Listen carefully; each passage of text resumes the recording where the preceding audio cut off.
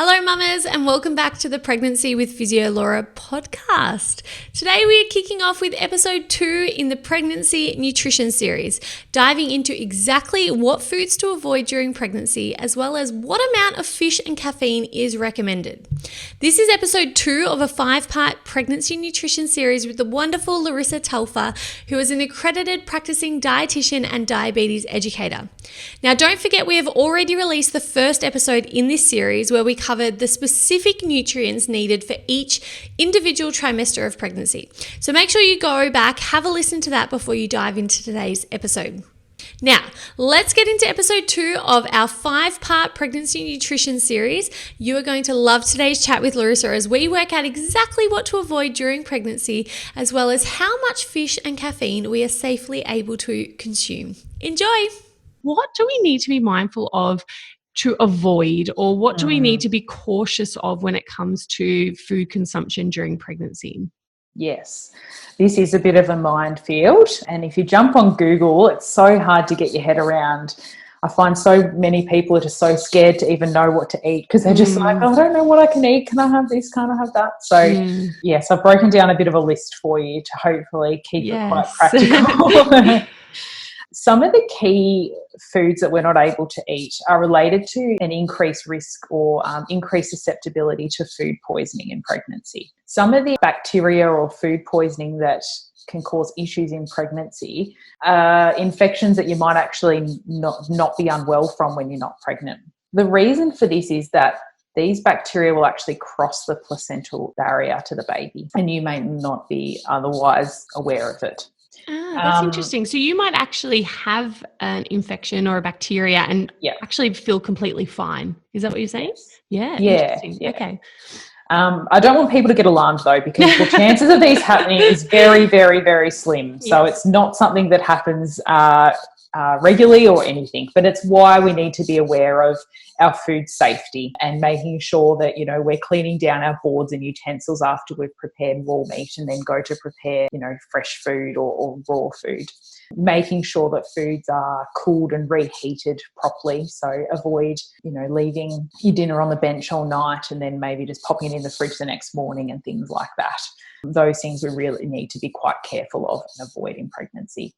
Do you know, I only learnt last year that you are not meant to reheat food more than once. So I was a chronic reheater. I was like, 2-3 times, no problems. And then someone told me, you know, you're not meant to do that. And it blew my mind. I don't know if I'm the only person out there, but I didn't think there was a limit to reheating. I honestly skipped that education lesson growing up. Continue to reheat all the time. So I've learnt that one now, guys. One reheat and that's that. Another one I find is how you have your fridge. So you should always try and have raw meats or raw foods that, you know, you can't eat as they are on the bottom shelf of the fridge, and then your fresh things above it, and avoid storing, you know, your raw foods next to you know, perhaps your fruit or your lettuce that you're going to eat straight away. So really? Yeah. So that's another one I find that people just aren't always aware of as well. So making sure you sort of keep your raw food or like your raw meat on one shelf and your other fresh foods, you know, either in your crisp bar or on the other shelves. Yeah. And what is the reason behind that? It's just the risk of, I guess, cross-contamination. So some of the bacteria from the meats, like, you know, salmonella from chicken or something like that, the risk of it getting into perhaps the lettuce that you're going to eat and not cook. Interesting. So again, it's a pretty small risk, but it's just one of those sort of general things to keep in mind. There you go. So food preparation, clean your chopping board, clean your cutlery, and make sure that your fridge is sorted and you're not reheating more than once. Absolutely. Some of the other things we need to avoid are undercooked eggs, and that's because of that risk of salmonella. Unfortunately, we do need to try and make sure eggs are cooked through in pregnancy, so probably avoid those runny yolks and things.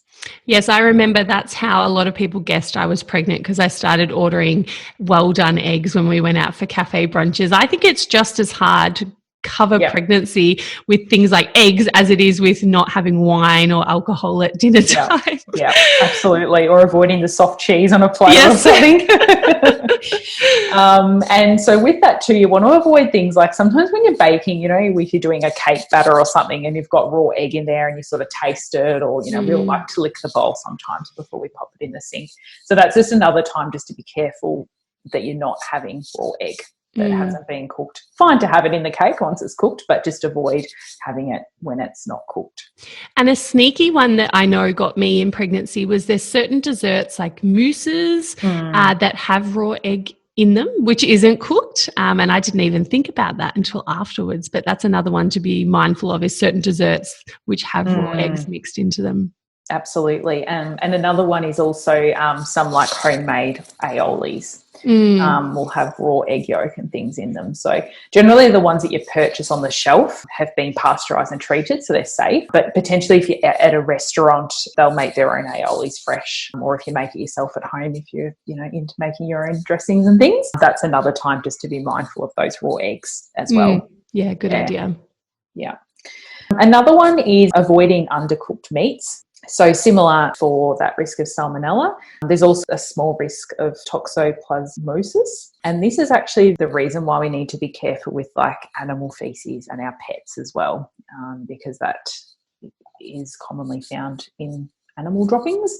So potentially if you are, have a cat litter tray or something like that, make sure you're always wearing gloves, or even better, ask someone else to do it. It's a good excuse to get someone else to handball that job away. Try and use pregnancy as an excuse to handball that one. And make sure you're always, washing your hands before you're eating if you've got pets around and things like that, just to be mindful of that. And then the other, I guess, group of foods that we need to watch out for are foods that are a risk of for Listeria. This is where, I guess, the recommendation to avoid things like deli meats, your soft cheeses, like your bries and camemberts comes from as well.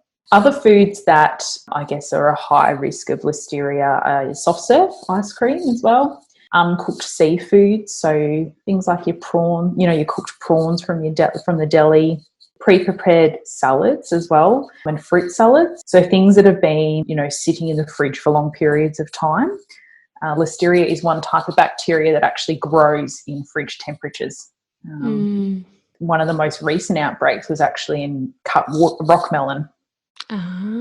So it must have been about 2 years ago, there was a Listeria outbreak and actually cut rock melons. So, you have the supermarket, you buy the rock melons and they're cut in half and wrapped in Glad wrap. That was where one of the latest sort of big outbreaks of Listeria was. Yeah. I don't think I would even comprehend that is a risk. Like I think rock melon cut up in a cup in a salad bar, no, don't go there. But in a supermarket cut in half, wrapped up in Glad wrap, I wouldn't have even considered that as a risky option. There you go. Yeah.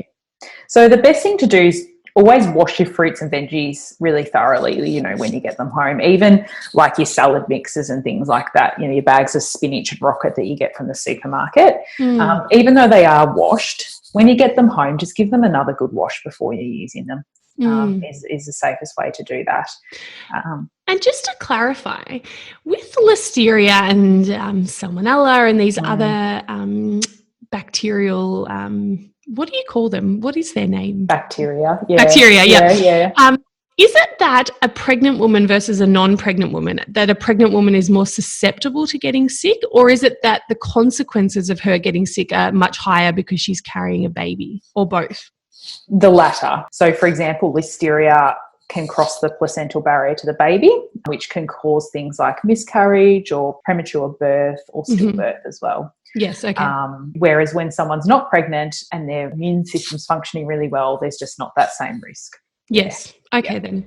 But again, the chances of these things happening are very slim, particularly if you're safe and you avoid some of these foods. I guess the positive thing about Listeria, it's actually killed by cooking. Some of these foods like deli meats and things, if they're cooked and, they're cooked to steaming, piping hot, that actually kills the Listeria. So that risk is actually reduced. Yeah, as I said, things like, for example, ham or something, Yes. if it was cooked really, really hot, potentially in a toasted sandwich or on a pizza, it would actually be safe to have. So that's really good to know for those people who really crave those deli meats but didn't think they could have them. I know my husband's from an Italian background and we make our own salami, and I really missed that in pregnancy. So I started cooking it in pasta and sauces, and that was a really nice way to get that hit, but without worrying about it causing any problems. Yes. No, it's often good news for people when I tell them that, because a lot of people don't realise that if it's cooked really hot in things that they can actually have it. So it's a good way to get that hit of, some ham or something like that. That's great.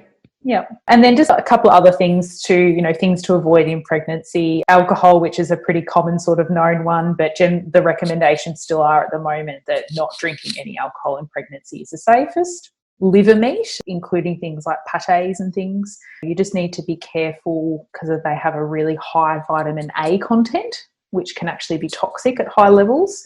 If you do have liver, you want to have no more than 50 grams a week.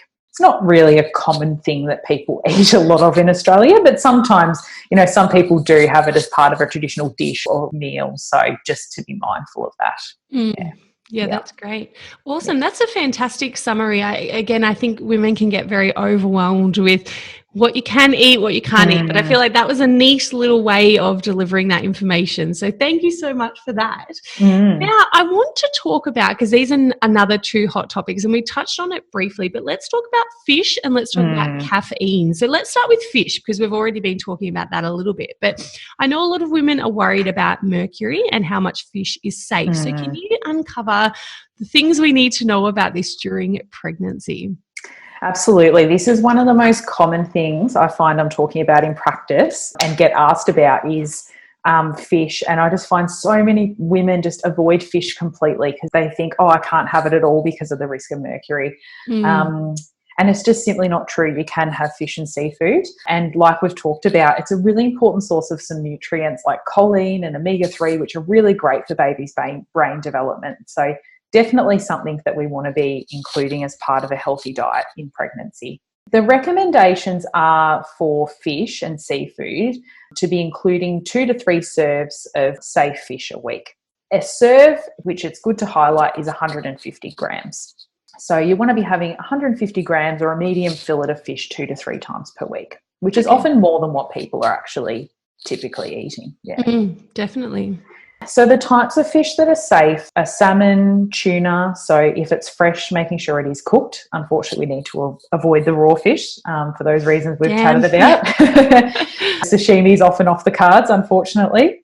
Things like tin sardines, trout, again, if it's cooked, and your crustaceans and things like prawns and calamari, octopus, those types of seafood are safe. Okay. Types of fish that we need to limit or avoid are the really large, they call them predatory fish, because they are the ones that have the higher levels of mercury. So there is some guidelines around if you do have these types of fish, how you can include them in a safe way in pregnancy. These types of fish are orange roughy, deep sea perch and catfish. If you have those fish, you can have 1 serve per week and no other fish or seafood for the rest of that week. Okay. The other group is flake or swordfish, which is probably the most common one that we get from fish and chip shops, your battered flake. And swordfish, including marlin as well, are high in mercury. So if you do have those types of fish, you can have 1 serve per fortnight and you need to avoid all other fish for that fortnight. Okay, that's really good to know. It's not a no. If you do, this is the guideline to follow. So that's really informative. Particularly if people sort of forget and then they go, as I said, I think probably the most common type of fish in Australia out of those ones is flake from your fish and chip shop. Yeah, so you might go and have fish and chips and someone else gets it for you and you think, afterwards you go, crap, I've had flake, which is high mercury. At least you know, okay, actually if I avoid all other fish and seafood for the next few weeks, that's still going to be safe. And what actually is the danger of high mercury? Is it dangerous for everyone or more specifically for pregnant women? It is more specific for pregnant women because it is toxic for the baby. So you are more susceptible to that toxicity. It's very, very rare. So I don't think we see cases of mercury toxicity in Australia very often at all. So I think the key there is that it is really uncommon. And if you just avoid those particularly predatory fish, it's actually quite easy to include those safe types of fish commonly as part of your intake. So yes, definitely.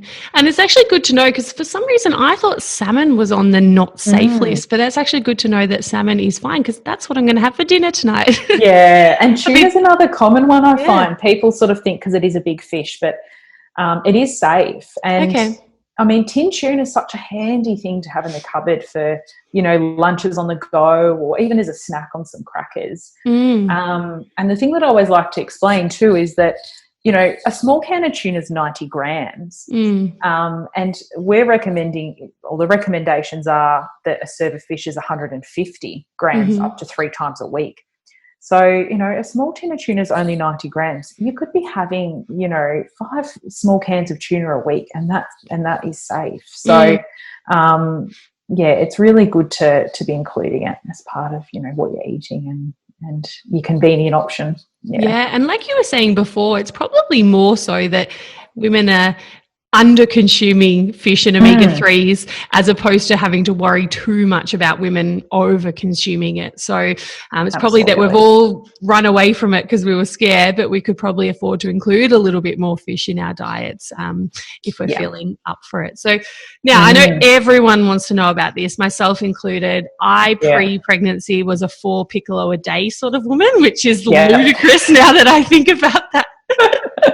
Pregnancy and having breastfed children has really helped curb my caffeine issues.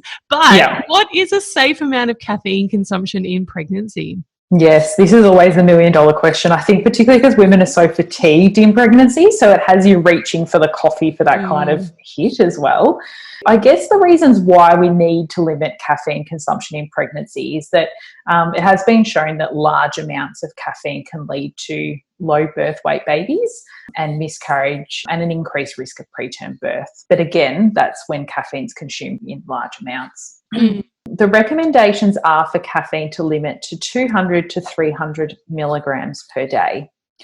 So in terms of what this looks like in terms of coffee, because that's what we want to know, so generally an espresso or a shot of coffee has around 80 milligrams.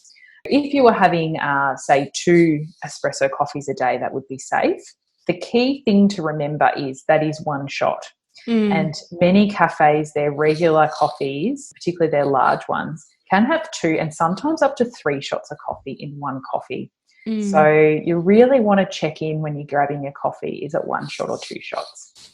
Yes, definitely. With your instant coffee, you're looking at about 60 milligrams in 1 instant coffee.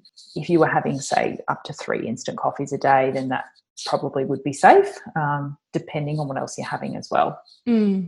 Some of your other sources of caffeine to keep in mind are black tea, which is about 50 milligrams. Dark chocolate actually includes caffeine as well. So you've got to be sort of mindful sometimes if you think about your coffee, but remember if you're having your dark chocolate and a few cups of tea, that's also going to add up. A can of cola has about 35 milligrams. And the other key ones is energy drinks. So they have often around 80 milligrams, which is the same as a coffee. So I think that's a really key one to keep in mind as well. Yes, and I actually know a lot of people who do have energy drinks, which kind of blew my mind. I didn't think it was a thing anymore, but that's their version of coffee. So I'm just wondering, this is slightly off topic, but are energy drinks, you know, with all the guarana and like the extra, are they actually safe to have during pregnancy? It's not something I'd be recommending to have regularly.